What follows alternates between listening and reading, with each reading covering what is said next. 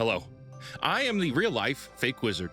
Today's video will live up to the real-life part of my namesake. I'm a gamer, and I'm also a small business owner. I make videos here on the internet and often advocate for gamers, or really buyers in general, to speak with their wallets and stop supporting mega corporations that do bad things. I have parents and siblings, I have friends, I'm also a Christian, and again, I'm also a gamer. I've spent a considerable amount of my life playing video games both with people and without. I believe that the values and belief system that I have at some points has been inspired by the experiences I've had with gaming.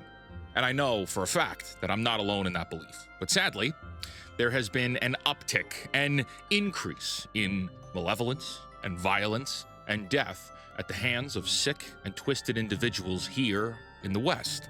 The mainstream news media, in all their glory, would not have you believe that they have had anything to do with this violence. They would never accept any part of the blame or antagonization of weaponizing sick and demented young people. Instead, the mainstream news, in the aftermath of shooting after shooting and stabbing after stabbing, murder after murder here in the United States, would have you believe that video games are a contributing factor. The mainstream news media is, and perhaps always has been, the enemy of the people. I have been trying to find the words to talk about this for some time. A few nights ago, Jimmy Kimmel made this plea that we need to make sure that we continue to have a free press, that journalists are able to report the news free of intervention. He, of course, is talking about government intervention. He doesn't want the government to control the media. To that, I think we both agree. But in that same breath, the expression free press is like jumbo shrimp. It's an oxymoron. At least jumbo shrimp are real. A free press is not. All mainstream news, all major newspapers, all major magazines, all the journalists are owned and paid for by mega corporations. There are 6 major corporations that control 90% of the media in the West. These companies are Disney, Warner Brothers Discovery, Paramount Skydance, Comcast, Fox, and News Corp. And that's just the United States. Inside of these 6 parent companies is a family tree of countless other child companies that all report back up to the top. Now, these parent companies own all the news media, yes, but they also own all of Hollywood and the entertainment industry, meaning that the same Hollywood that has been pandering beliefs and ideology for the past, well, forever, is all owned by the same companies that are pandering ideologies through the news media. And it gets a little worse still because the news media companies make their money through advertising. The news is paid for by advertisers, and if the advertisers do not like the narratives and facts that the news is reporting, they pull their advertising dollars and stop doing business. This implies a few things already.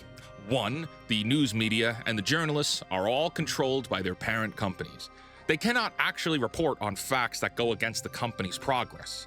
2, and to further that, if the journalists were to say things that conflicted with their advertisers, the advertisers stop paying them. The news media is so scripted, we've got clips of all these local agencies saying the same script all over America to the tune of millions of views. But there have been 0 ramifications. Outside of this wizard shtick, I work in marketing. I have been a marketing professional for over a decade, and in that time, I've come face to face with something called the attention economy. You see, companies are constantly, at all times of the day, all over the world, battling for your attention. Competition between all businesses in all industries is at an all-time high, but there's only 24 hours in a day. Each one of us has the exact same 24 hours. What we do in that time and how we spend our time is limited. So companies use the news media, social media, YouTube, Google, and paid advertising to get in front of your eyeballs. Companies like Starbucks will pay millions of dollars in advertising to something like Facebook in order to get a series of video ads in front of Karen, who's 33, from Milwaukee, to let her know that pumpkin spice lattes are back. Pharmaceutical companies pay an unfathomable amount of money to the news media agencies to run ads every 7.5 minutes, promoting the most dangerous chemicals that humans can ingest. Don't worry about sleeping more, eating better, getting sunlight, and going for a walk. Drop those drawers, here's another injection. But here's the reality. It's not just the companies paying for advertising that are trying to get in front of your eyes. It's also the news media, social media, YouTube, and Google that are desperate to hold your attention so that they can show you ads. In order to do that, in order to hold your attention, to serve you ads, they will show you and speak to you with the most egregious, most offensive, most abrasive, most polarizing, and most exciting rhetoric imaginable. Humans cannot handle being bored. When you are bored, you change the channel. You skip the video. You look for something else to distract you or entertain you. Over the last 2 decades, the news media has used language and extremist rhetoric to invent narratives and craft stories to make you locked in, to make you reliant and addicted to what they have to say. Oftentimes, these stories they peddle are fiction, false, and lies, not even based on data, but based on vibes, biases, and a desire for you to alter your own beliefs to the false reality they want you to believe. Because if you're addicted, if they can toggle your emotions to make you care about what they have to say, you will keep watching. You will keep watching, and they will be able to report strong ratings to their financiers and shareholders. There is no free press. Journalists are all just bad actors. Turn on CNN or Fox News or MSNBC. Turn on Newsmax or any of them. Turn on any news channel at any time of the day. What do you see? Talking heads that are reading from a script that is curated to make you have an emotional reaction. And sometimes, and this is genuinely scary, they will bring on a breaking news journalist that comes on and says, "My sources on the ground are telling me that..." Well, who are your sources? Who are you talking to? Your track record for getting information correct is so bad that anytime you say, "my sources," I immediately believe you're making it up. Because you can. And because you have.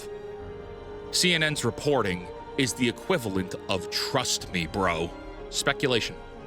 They're not reporting the news. They're not reporting the facts. They're inventing the news. They're speculating. And speculation, when presented as fact, is dangerous. It puts us into situations like we find ourselves now with bogus stories pushing a narrative that video games is what keeps causing these mass shootings and acts of violence. Except, unfortunately for the media, statistics don't care about your feelings. And when we look at the statistics of crime in America and compare it to the sale of video games, the numbers paint a different picture. As video game sales increase, violent crime decreases. But that's not even a definitive kill shot on this narrative, right? So how about this? In 2019, Vox ran a report comparing gun deaths in the world to video game sales. And yes, America did outpace everyone in gun deaths, but the US wasn't even number 1 in video game sales. If we look at every other country that buys video games, the amount of gun-related deaths are negligible. It is unreasonable to make a case that in the United States, video game sales translates to gun violence. That is unrealistic, and it's a fraudulent claim, New York Post. But you know what's a little more reasonable? You know what is a little more realistic? Not the violence in video games. Oh, wait, also, and this is a side point from before, being good at video games does not make you a sharpshooter with a real gun. It's not even close. That's like saying playing Guitar Hero makes you Eddie Van Halen. You sound stupid saying things like that. If you believe that video games make you better at shooting a firearm, you've proven you have no idea what you're talking about. But anyway, you know what is more reasonable here?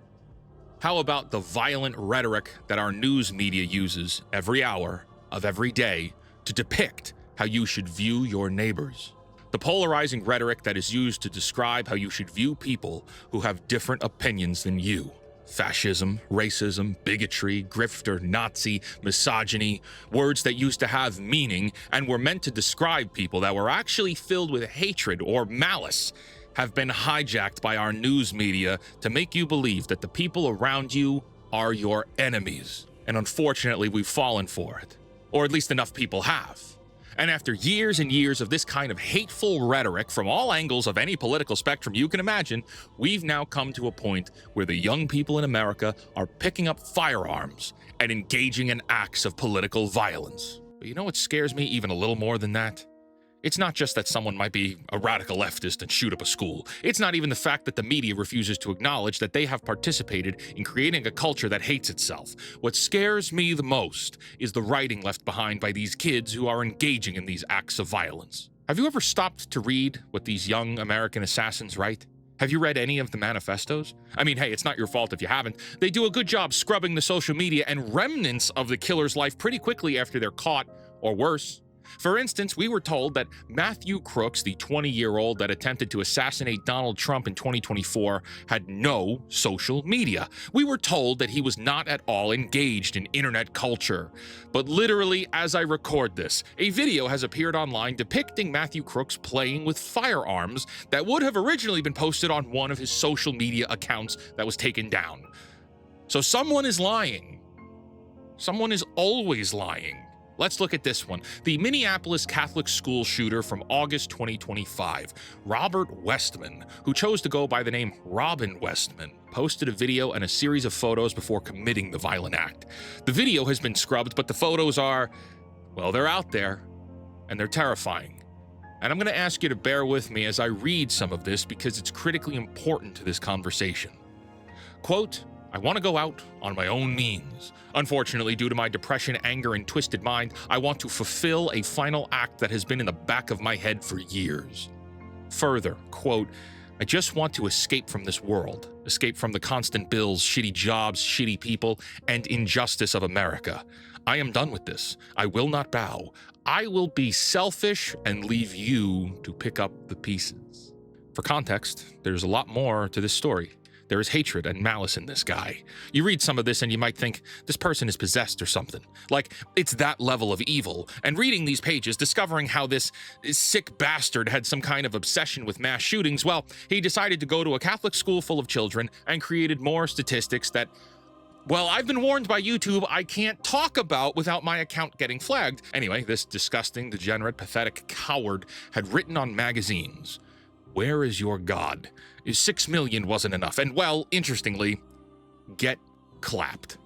There are numerous writings and scribbles by this killer that happen to be references to nihilist internet meme culture.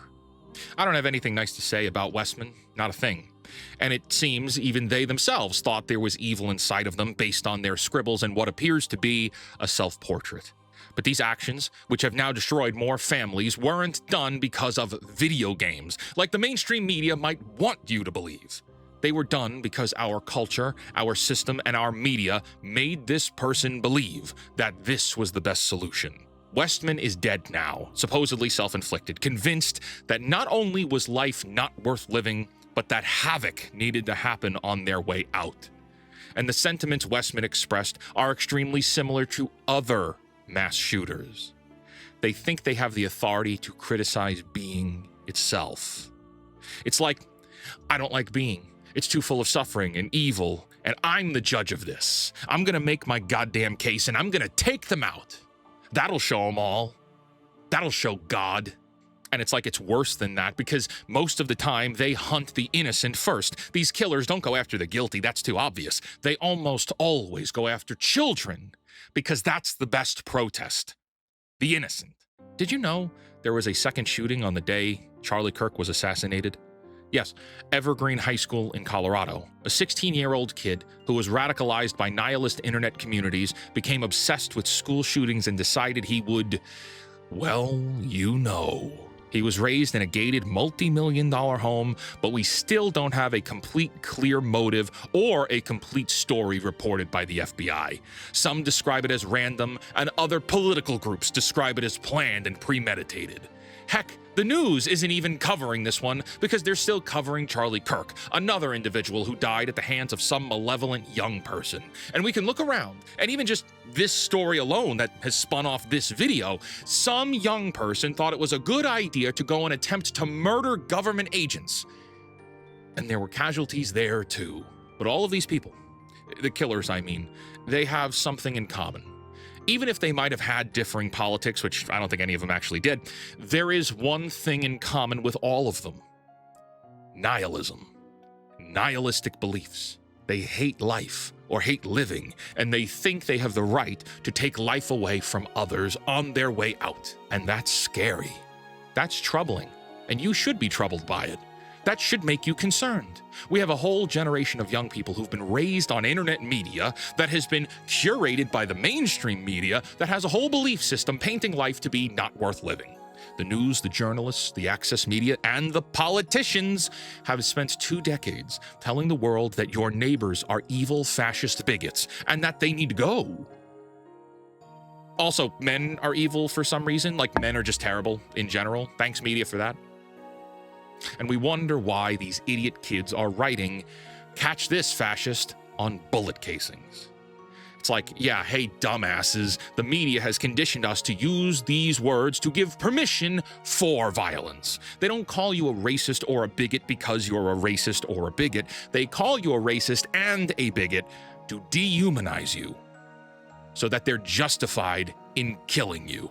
And I know that by saying this, a lot of people are going to be upset with me. I know that by saying this, well, it's not going to be all good and sunshine and rainbows in the comments, and I don't care. I don't. If you need to unsubscribe, do it. I will not chase you.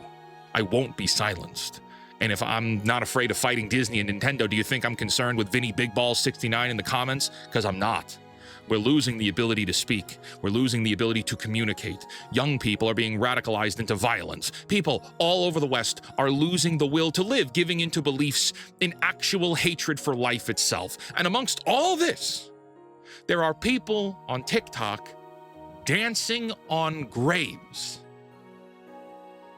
Like we're celebrating murder. Again, is that where we're at? Is that what history remembers us for? This generation, I mean? Celebrating and cackling like hyenas that families keep getting destroyed? I turned 30 years old in 5 days. My generation and the generations that come after me are cooked. The cost of living continues to increase. The richest assholes continue to get richer. The news media has made brothers hate brothers. The politicians of all sides are bought and paid for by megacorporations. The food we eat is poison. The medicine we take is poison. Taking the family to IHOP is going to run you $80 or more. Every financial analyst is concerned with the mortgage interest rates going up and down, but none of them have the balls to talk about how the price of homes themselves continues to increase. Dramatically, to the point where you need 2 incomes or more to afford buying a home. And don't worry, because divorce rates are in the 50 percentile, so don't worry about keeping that home once you buy it. Depression is on the rise. Anxiety is on the rise. People who want kids can't have them because they can't afford it, or medical conditions that are spontaneously popping up. Oh, and young people can't even find jobs to begin with. And if all that wasn't enough, the New York Post thought it would be valuable information for you to know that the radical leftist who tried to kill ICE agents spent 17,000 hours playing video games. And maybe that's what made him violent. You know, I just said all these horrible things, right? To a lot of people, I know that things may seem hopeless, or at least those scary facts make things seem hopeless. But you know, you have to be careful when you think you have a moral authority to criticize existing. It takes you down a very dark path, and one most are seldom capable of even considering. There are bad guys. There is evil. There is malevolence. There's a lot of pain. All of these things are part of life. That's part of what you're going to experience. You know, and I even said it earlier, I think this generation is screwed. I think we're cooked. I think those who come after are even more screwed, and you know what? That makes me excited.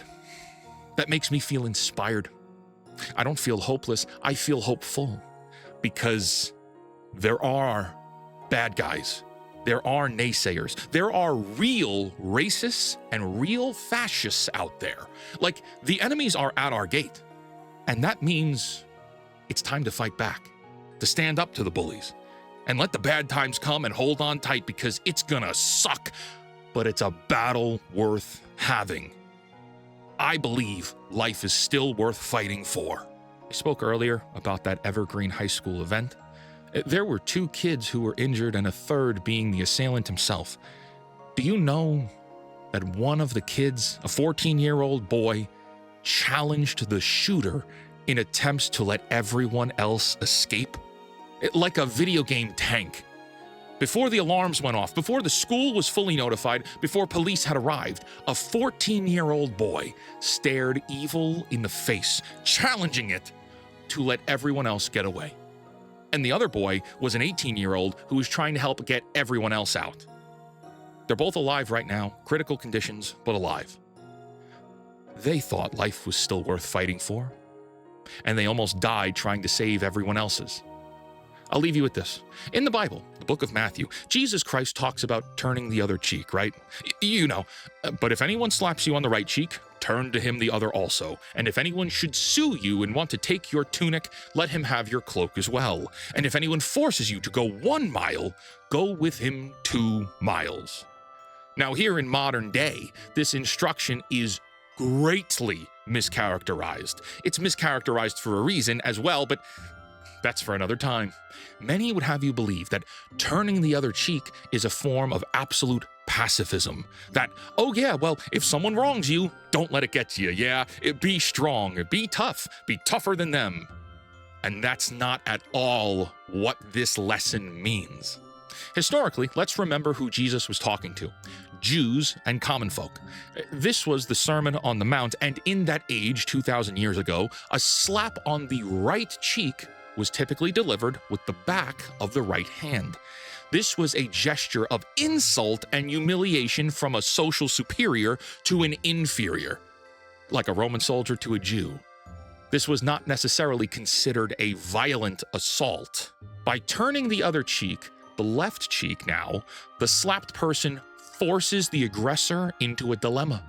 They must either now switch to use an open-palmed hand, which treats the victim as an equal, or escalate the situation to a fist, turning the act into a clear assault, exposing an injustice publicly. Jesus wasn't saying to roll over and take it. He was telling them to subvert the power dynamic. It was a cultural challenge, asserting dignity and challenging oppression without resorting to violence. Much like the related instructions to give your cloak, which exposes a debt collector's greed under Jewish law, or go the extra mile, which was subverting Roman soldiers' legal right to force civilians to carry their gear for 1 mile. My friends, I am tired of turning the other cheek in 2025 America terms. I am ready to turn the other cheek in 30 AD Jesus terms. And I'm pretty sure a lot of you are too. So until next time, create, innovate, inspire, and for the love of God, cancel Disney Plus. Goodbye.